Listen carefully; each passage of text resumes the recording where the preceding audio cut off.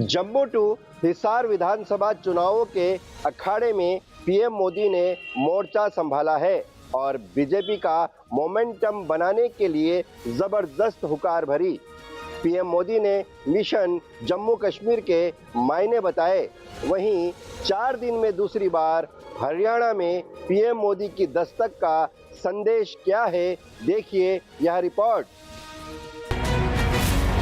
विधानसभा चुनाव के अखाड़े में पीएम मोदी ने मोर्चा संभाला और बीजेपी का मोमेंटम बनाने के लिए जबरदस्त हुंकार भरी। पूरा हरियाणा कह रहा है, फिर एक बार भाजपा सरकार। पीएम मोदी के मिशन जम्मू कश्मीर के मायने और मतलब बताएं। उससे पहले देखिए 4 दिन में दूसरी बार हरियाणा में पीएम की दस्तक का संदेश क्या है। साथियों, आज हरियाणा के पावर सेंटर कहे जाने वाले हिसार सबसे ज्यादा सीटों वाला क्षेत्र है। यहां रैली के जरिए पीएम मोदी ने 23 विधानसभा सीटों को कवर किया। 6 जिलों से बीजेपी के 23 उम्मीदवार पीएम मोदी के मंच पर मौजूद रहे। इतने बड़े जमघट के साथ पीएम मोदी ने टोन सेट किया और विपक्ष खासकर कांग्रेस को उसी के अस्त्र से घेरने का दांव चला। यहां कांग्रेस ने एमएसपी पर भी आपसे सिर्फ झूठ बोला है। सच्चाई यह है कि यहां भाजपा की सरकार 24 फसलों को एमएसपी पर खरीद रही है।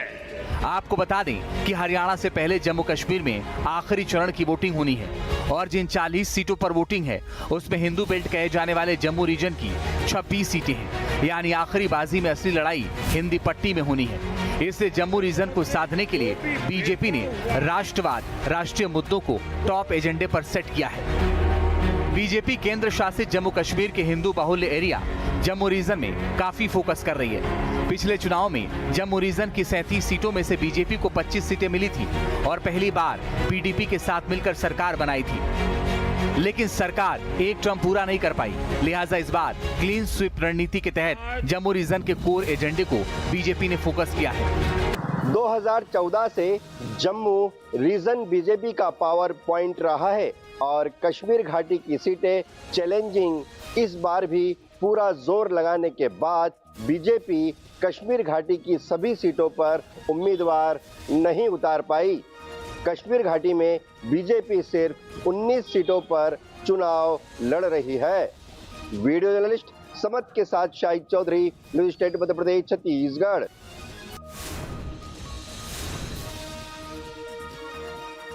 हरियाणा कांग्रेस ने अपना मैनिफेस्टो जारी कर दिया। हाथ बदलेगा हालात से इस मैनिफेस्टो को जारी किया गया है।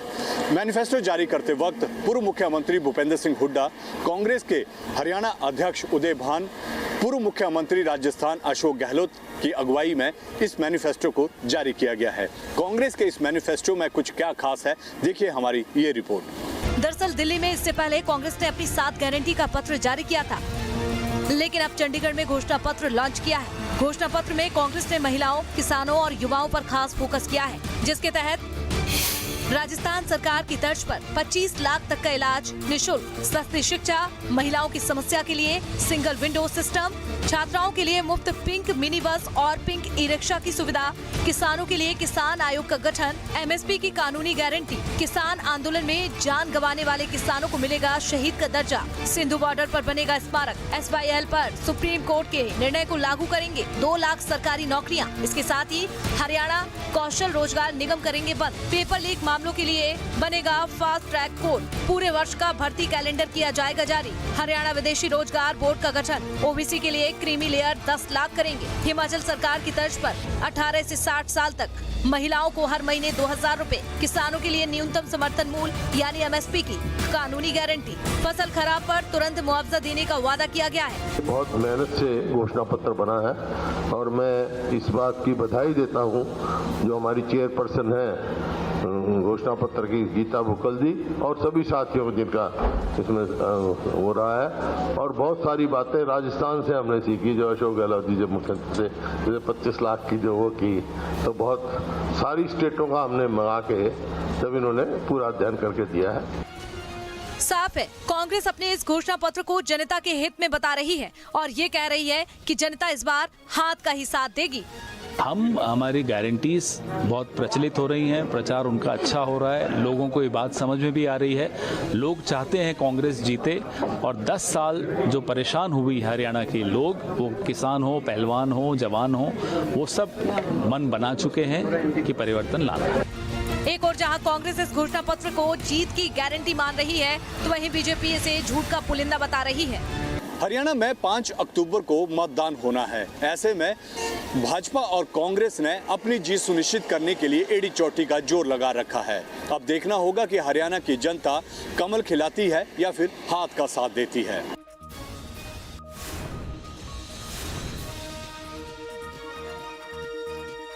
मध्य प्रदेश में बीजेपी ने अपना कुनबा बढ़ाने के लिए सदस्यता अभियान शुरू कर दिया है। पहले चरण में सदस्यता अभियान से उत्साहित पार्टी ने दूसरे चरण की मेंबरशिप पर फोकस कर लिया है, जिसको लेकर शनिवार को पार्टी के प्रदेश मुख्यालय में एक बड़ी बैठक आयोजित की गई है। देखिए रिपोर्ट।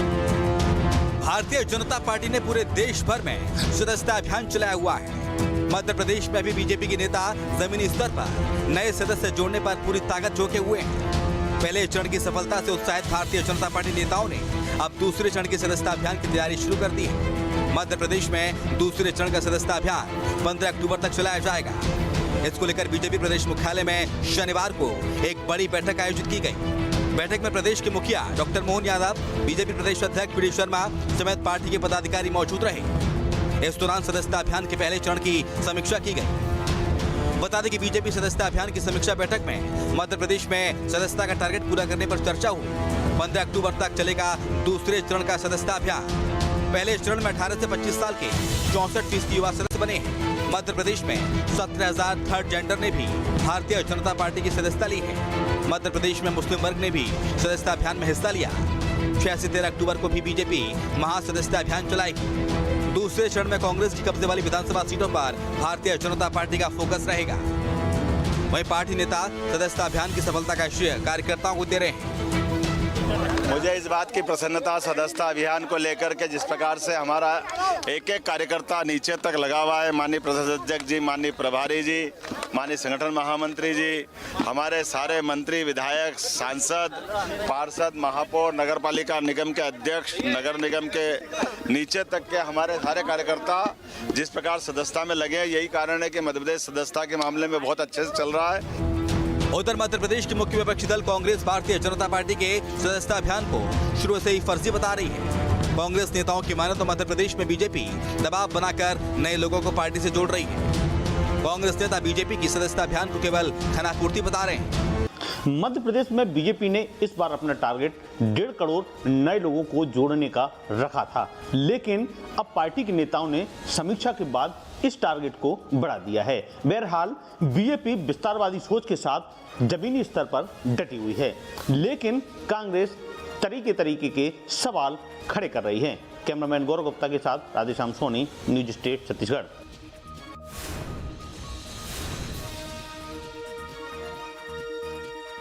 उज्जैन में शुक्रवार शाम को तेज बारिश के बाद महाकाल मंदिर के पास दीवार गिरने से बड़ा हादसा हो गया। दीवार के मलबे में दबने से 2 लोगों की मौत हो गई, वहीं 2 लोग गंभीर रूप से घायल हो गए।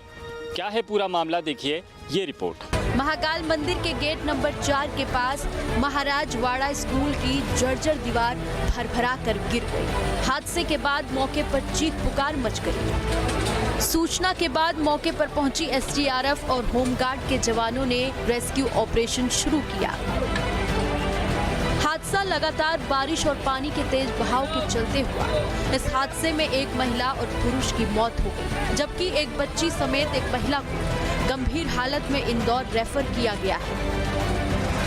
दुर्घटना तेज बरसात के बीच हुई, जिससे रेस्क्यू में भी परेशानी हुई। इस हादसे में बड़ी लापरवाही भी सामने आई है। दरअसल जो दीवार ढही है वो दीवार 20 साल पुरानी थी। दीवार के पीछे एक और दीवार बनाई गई। दोनों दीवारों के बीच करीब 10 फीट का गैप था। गैप के बीच बड़ी मात्रा में काली मिट्टी डली थी। बारिश के बाद दीवार के बीच पानी भर गया था। पानी की निकासी नहीं होने से ये हादसा हुआ। लगातार बारिश से मिट्टी गीली होती गई और पानी निकासी का कोई इंतजाम भी नहीं था। शुक्रवार शाम को भी जब तेज बारिश हुई तो पानी निकलने की जगह नहीं मिली। प्रेशर बनने से पुरानी दीवार के ऊपर वाला हिस्सा ढह गया। हादसे पर मुख्यमंत्री डॉक्टर मोहन यादव ने भी दुख जताया है। इस हादसे के बाद दीवार निर्माण को लेकर भी सवाल उठ रहे हैं। कलेक्टर ने पूरे हादसे की जांच एसडीएम को सौंपी है। निश्चित तौर पर जांच की जाएगी कि ये दीवार किन कारणों से गिरी है और इसके आगे क्या उपाय किए जा सकते हैं। महाकाल मंदिर के गेट नंबर 4 से 250 रुपए की रसीद लेकर दर्शन करने वाले भक्तों को एंट्री मिलती है। बता दें कि हादसे के समय तेज बारिश हो रही थी। उस दौरान दीवार के नीचे कुछ लोग अवैध रूप से फूल प्रसादी की दुकान लगाकर बैठे थे, जो हादसे की चपेट में आ गए। गनीमत ये रही कि हादसे के दौरान बारिश होने के चलते ज्यादा लोग नहीं थे, नहीं तो बड़ा हादसा हो सकता था। वीडियो जर्नलिस्ट आशू खान के साथ संदीप भमरकर, न्यूज स्टेट मध्य प्रदेश छत्तीसगढ़।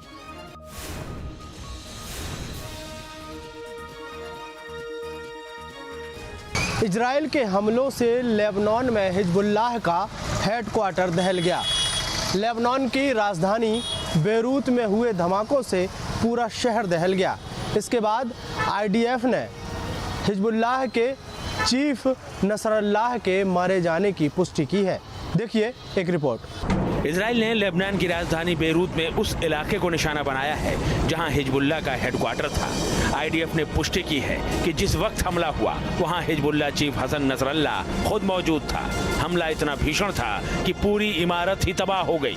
देखिए, धमाकों पर धमाके हो रहे हैं। ये लेबनान की राजधानी बेरूत का हाल है। धमाकों की गूंज से पूरा शहर दहल रहा है। कान के पर्दे फाड़ देने वाले बम धमाके दिल को दहला रहे हैं। इजराइल ने बेरूत पर बमों की बारिश कर दी है। 1, 2, 3, 4, 5, 6, 7 इतने धमाके हो रहे हैं कि गिनना मुश्किल हो रहा है। आसमान में हर तरफ नारंगी और काले रंग के धुएं का गुबार नजर आ रहा है। इजराइल के फाइटर जेट्स बीते 7 दिनों से दक्षिण लेबनान पर एयर स्ट्राइक कर रहे हैं। बीती रात एक बार फिर इजरायली जेट ने उड़ान भरी और इस बार राजधानी बेरूत को निशाना बनाया। बेरूत में एक के बाद एक कई एयर स्ट्राइक की गई।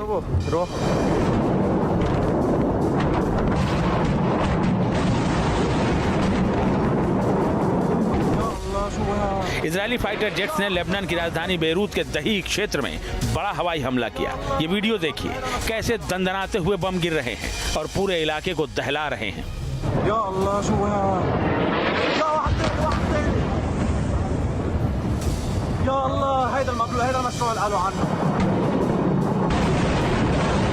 आईडीएफ के फाइटर जेट का निशाना हिजबुल्लाह का केंद्रीय सैन्य कमांड सेंटर था। हमले के जो वीडियो सामने आए हैं उसमें धमाकों की आवाज के साथ साथ धुएं का गुबार दिख रहा है। इजराइल की सेना ने हिजबुल्लाह के चीफ नसरल्लाह के मारे जाने की पुष्टि कर दी है, जो हिजबुल्लाह के लिए बड़ा झटका है। इजराइल के हमलों से हिजबुल्लाह की कमांड चेन पहले ही टूट चुकी थी, लेकिन अब नसरल्लाह के मारे जाने के बाद हिजबुल्लाह की कमांड पूरी तरीके से टूट चुकी है। वीडियो जर्नलिस्ट प्रमोद देवांगन के साथ अंकुश शर्मा, न्यूज स्टेट मध्य प्रदेश छत्तीसगढ़।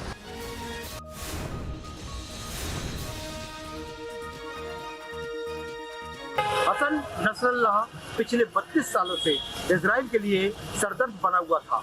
उसकी अगुवाई में हिजबुल्लाह ने 2006 की सेकेंड लेबनान वार में इजराइल को भारी नुकसान पहुंचाया था। नसरल्लाह 1992 से हिजबुल्लाह का चीफ था। जब उसे वह जिम्मेदारी मिली तब वह महज 32 साल का था। देखिए ये रिपोर्ट। आंखों पर चश्मा और सिर पर काली पगड़ी, जिसका एक भाषण लाखों लड़ाकों को जंग के लिए भड़का दिया करता था, जो पिछले 32 सालों से दक्षिण लेबनान के मोर्चे से इजराइल के लिए लगातार सिरदर्द बना हुआ था। लेबनान में एक्टिव आतंकी संगठन हिजबुल्लाह का वही चीफ इजराइल के हमले में मारा गया।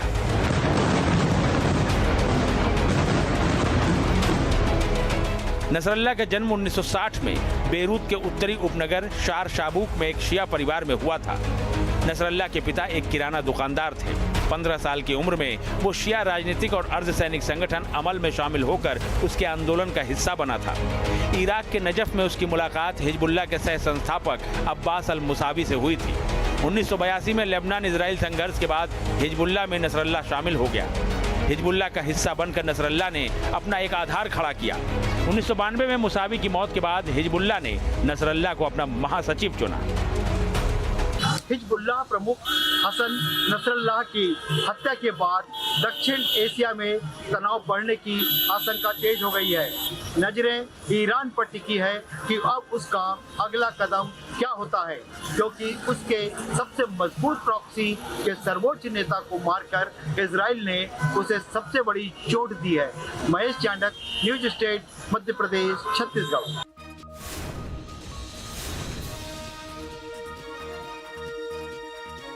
ग्वालियर में डेंगू का डंक अब और भी खतरनाक और जानलेवा होता जा रहा है।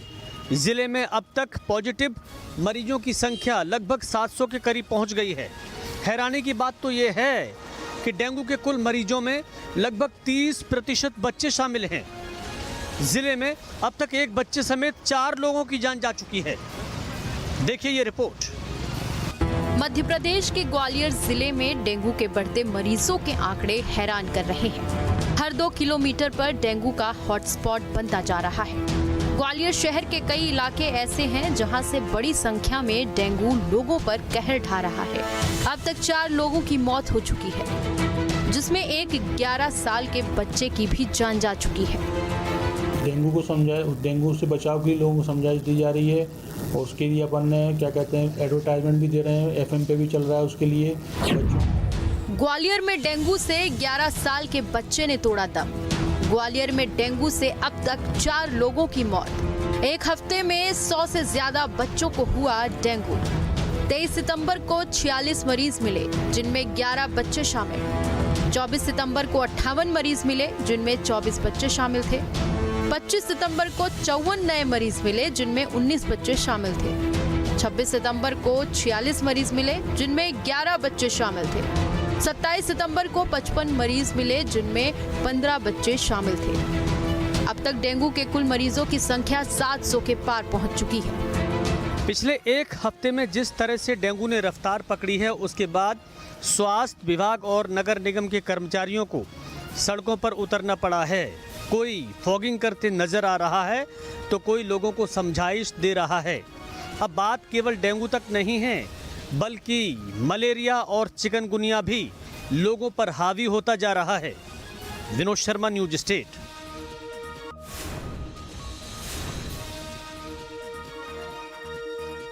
मध्य प्रदेश में कई दिनों से हो रही बारिश के चलते लोगों का जनजीवन अस्त व्यस्त हो चुका है।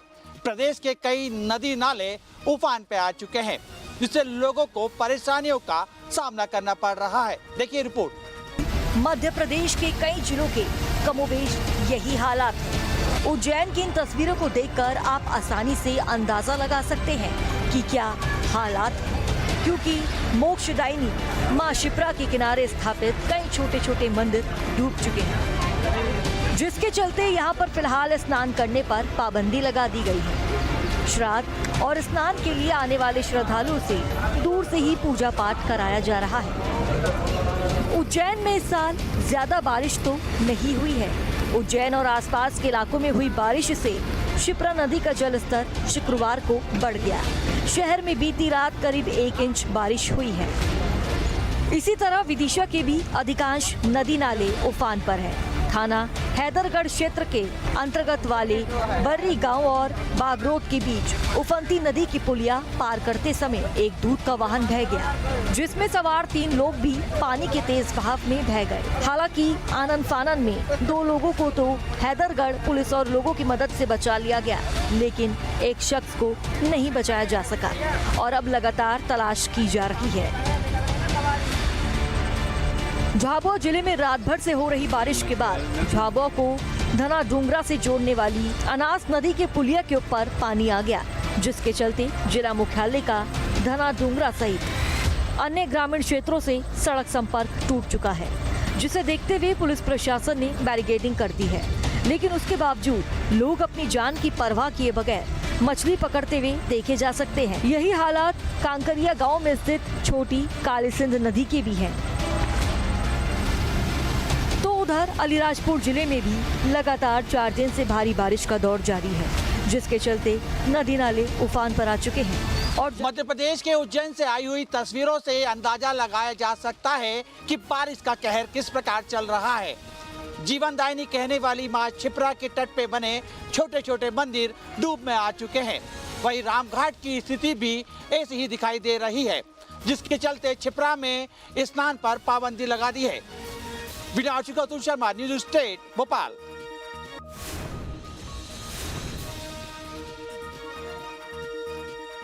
दुनिया के सबसे ताकतवर मुल्क अमेरिका फिर से तूफानी आफत से परेशान है। हरिकेन हेलेन ने बवंडर के सामने सुपर पावर ने सरेंडर कर दिया है। यह प्रकृति के प्रकोप के आगे दुनिया की सबसे ताकतवर मुल्क की बेबसी है। देखिए खास रिपोर्ट। ये प्रकृति के प्रकोप के आगे दुनिया के सबसे ताकतवर मुल्क की बेबसी है। भारी बारिश और तेज हवा के झोंके ने पूरे इलाके में तबाही की खौफनाक स्क्रिप्ट लिखी है। उत्तरी कैरोलिना के ग्रीन विले का ये वीडियो है। यहाँ बारिश और तूफान की जानलेवा मुसीबत देखने को मिल रही है। यहाँ इतनी बरसात हुई कि एक पुल पानी की तेज धार में बह गया। अमेरिका का कैरोलिना 1000 साल में एक बार आने वाली तबाही का सामना कर रहा है। हेलेन तूफान को अमेरिका के इतिहास में आए सबसे खतरनाक तूफानों में से एक बताया जा रहा है।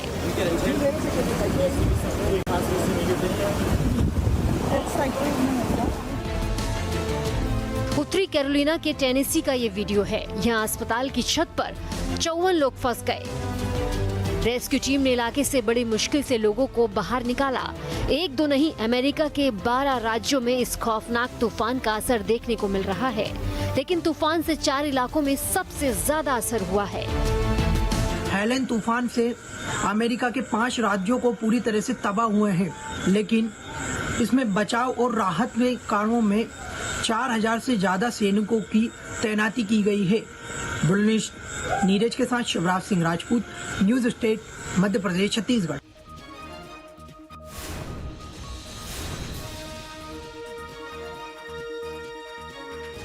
सबसे बड़े इंतजार की घड़ियां खत्म हुई है और अंतरिक्ष में फंसी भारत की बेटी सुनीता विलियम्स और बुल विल्मोर को वापस लाने का ऑपरेशन शुरू हो गया है। अमेरिकी अंतरिक्ष एजेंसी नासा और एलन मस्क की स्पेस कंपनी ने हाथ मिलाया और इस तरह अंतरिक्ष के सबसे बड़े रेस्क्यू ऑपरेशन की लॉन्चिंग की है। देखिए इस रिपोर्ट में। दुनिया भर की निगाहें नासा के इस रेस्क्यू मिशन पर लगी हैं, जिससे सुनीता विलियम्स और उनके सहयोगी अंतरिक्ष यात्री वापस आएंगे। भारतीय मूल की सुनीता विलियम्स 3 बार स्पेस में जाने वाली इकलौती एस्ट्रोनॉट है। सुनीता धरती से 400 किलोमीटर की ऊंचाई पर इंटरनेशनल स्पेस स्टेशन पर मौजूद है। ISS पर 9 अंतरिक्ष यात्रियों के साथ स्पेस स्टेशन ब्रिटेन के राजमहल बकिंगम पैलेस जितना बड़ा है। 13 सितंबर को उन्होंने भावुक संदेश भी भेजा था। ऐसे वक्त में जब बार बार सुनीता विलियम्स और बुल विल्मोर को वापस लाने का ऑपरेशन टल रहा था, तमाम चुनौतियां मिशन के रास्ते में थी। ऐसे में नासा ने अपने सबसे काबिल स्पेस टीम पर भरोसा जताया और उन्हें सबसे टफ रेस्क्यू ऑपरेशन के लिए रवाना किया। सुनीता विलियम्स को वापस लाने वाले अंतरिक्ष यात्री